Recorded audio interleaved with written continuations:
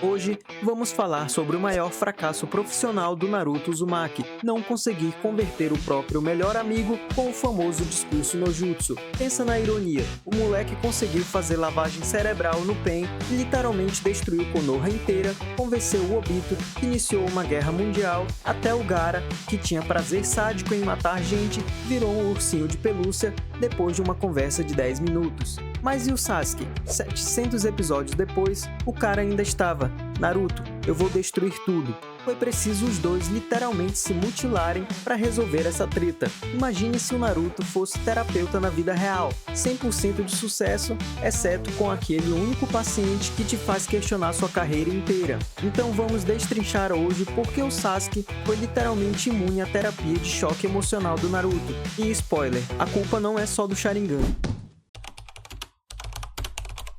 Vamos ser honestos, o discurso no jutsu é basicamente uma sessão de terapia não consensual em alta velocidade. O Naruto identifica o trauma da pessoa e fala: olha, eu passei pela mesma merda, mas escolhi não virar um sociopata. A fórmula é simples: identificar a dor do oponente, mostrar que você teve uma dor similar, oferecer uma alternativa mais saudável e profit. Com o Neji foi assim, eu também me senti aprisionado pelo destino, mas olha só, consegui quebrar essas correntes.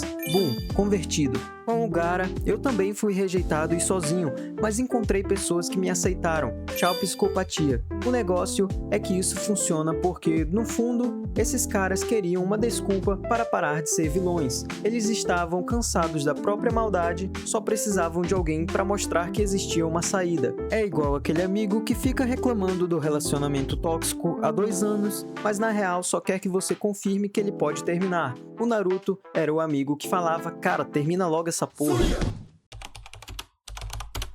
Vamos analisar o histórico de sucesso desse terapeuta ambulante. Neji Hyuga, paciente, síndrome do determinismo fatal. Sintomas: acredita que nasceu para ser um perdedor e não pode mudar isso. Tratamento do Naruto: eu era o maior fracasso da turma e virei Hokage. Seu argumento é inválido.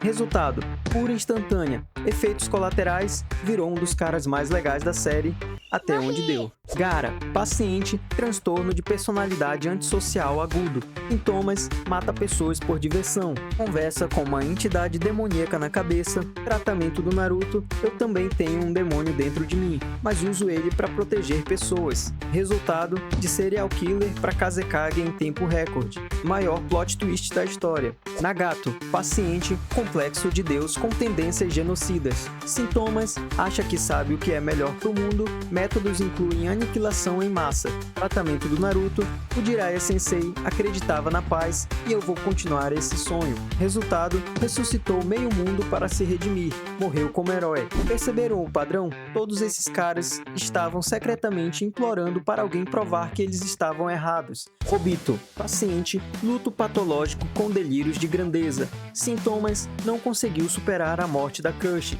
Decidiu criar uma realidade alternativa. Tratamento do Naruto: eu entendo a dor da perda, mas fugir da realidade não resolve nada. Resultado: voltou a ser o garoto que sonhava ser Hokage. Morreu salvando o mundo. O Obito é especial porque prova que o Naruto conseguia converter até quem tinha causado trauma nele mesmo. Imagina a terapia. Então, você matou meus pais, destruiu minha vila, me torturou psicologicamente, mas tudo bem, eu te perdoo. Aí chegamos no Sasuke. E cara, esse foi o primeiro paciente que olhou pro Naruto e falou: sua terapia é uma merda, doutor. Vamos entender o porquê. Primeiro, o tipo de trauma era diferente. Todos os outros tinham sido rejeitados, abandonados, incompreendidos, mas o Sasuke foi traído pela pessoa que mais amava no mundo. Não é abandono, é traição ativa. Segundo, o Sasuke não queria ser salvo. Aqui está o detalhe crucial. Todos os outros, no fundo, odiavam o que tinham se tornado. O Gaara não gostava de ser um monstro. O Nagato não gostava de causar sofrimento. O Obito sabia que estava errado. Mas o Sasuke estava orgulhoso da sua jornada de vingança. Ele olhava no espelho e pensava: caralho, que foda que eu sou. Não tinha nada para curar porque ele não se via como doente. Terceiro, o orgulho Uchiha. Vamos falar da verdade. Todo Uchiha na série é um pouco psicopata. Madara, Obito, Itachi, Sasuke, Todos têm esse complexo de superioridade que faz eles acharem que sabem melhor que todo mundo. O Sasuke herdou isso turbinado. Aceitar o conselho do Naruto teria como um médico aceitar conselho médico do Zé Gotinha. Cara, eu sou um gênio descendente dos deuses ninjas. Você acha que eu vou ouvir um órfão comedor de miojo? Quarto, os objetivos eram incompatíveis. E aqui mora o problema central. Todo mundo que o Naruto converteu queria, no fundo, coisas positivas. Liberdade, amor, paz, conexão. O Sasuke queria vingança. E vingança, por definição, é destrutiva. Não existe vingança do bem. Tipo tentar convencer alguém que quer explodir uma escola a virar professor. Os objetivos são mutuamente exclusivos. E para piorar, o Sasuke foi evoluindo nos objetivos dele como se fosse um Pokémon da vingança. Nível 1, Sasuke Vingador. Vou matar o Itachi. Ok, isso aqui ainda era administrável. É vingança pessoal, dá pra trabalhar. Nível 2, Sasuke Destruidor. Vou destruir Konoha. Aqui já complicou. Agora ele quer vingança sistêmica contra toda uma vila. Nível 3, Sasuke Revolucionário. Vou ser o inimigo comum que vai unificar o mundo ninja. Cara, nesse ponto o Sasuke estava competindo com o Obito no quesito planos megalomaníacos de salvação mundial. Cada evolução tornava ele mais impossível de converter. Sasuke, você se perdeu um pouco no caminho. O Naruto tentou em cada fase, coitado. Foi tipo um terapeuta tentando tratar um paciente que muda de transtorno mental a cada sessão. A fase Tobi. Menção especial para quando Tobi ficou sussurrando no ouvido do Sasuke. Era como ter um advogado do diabo incentivando os piores instintos do cara. O Naruto tentando fazer terapia e o Tobi ali. Ignora ele, Sasuke. Vingança é vida.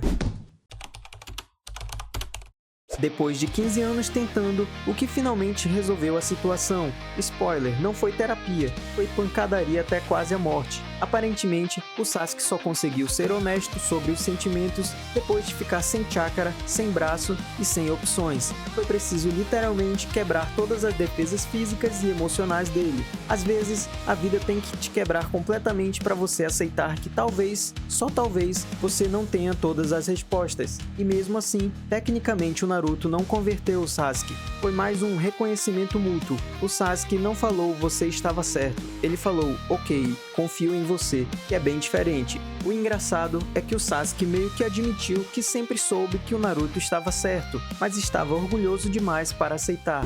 Então galera, resumindo, o discurso no jutsu não funcionou no Sasuke porque ele era o único que genuinamente não queria ser salvo. Todos os outros estavam secretamente pedindo ajuda. O Sasuke estava falando, se afasta de mim que eu sei o que eu estou fazendo. É a diferença entre ser um psicólogo e ser um interventor. Com os outros, o Naruto era psicólogo. As pessoas queriam ajuda. Com o Sasuke, ele teve que ser interventor. A pessoa não quer ajuda, mas precisa. E convenhamos, é mais realista assim. Na vida real, nem todo mundo quer ser salvo. Às vezes, a pessoa está tão investida em estar errada que prefere afundar o navio a admitir que estava navegando na direção contrária. O Sasuke foi o primeiro e único a falar pro Naruto: sua terapia não funciona comigo, doutor. E no final das contas, foi preciso uma abordagem completamente diferente para resolver. Se você está tentando ajudar alguém há 15 anos e não está funcionando, talvez seja a hora de mudar de estratégia ou arranjar luvas de boxe. E aí, concordam que o Sasuke foi realmente um caso único? Deixe aí nos comentários suas teorias sobre por que o Uchiha era tão teimoso. E não esqueçam de curtir e se inscrever no canal. Valeu e até o próximo vídeo.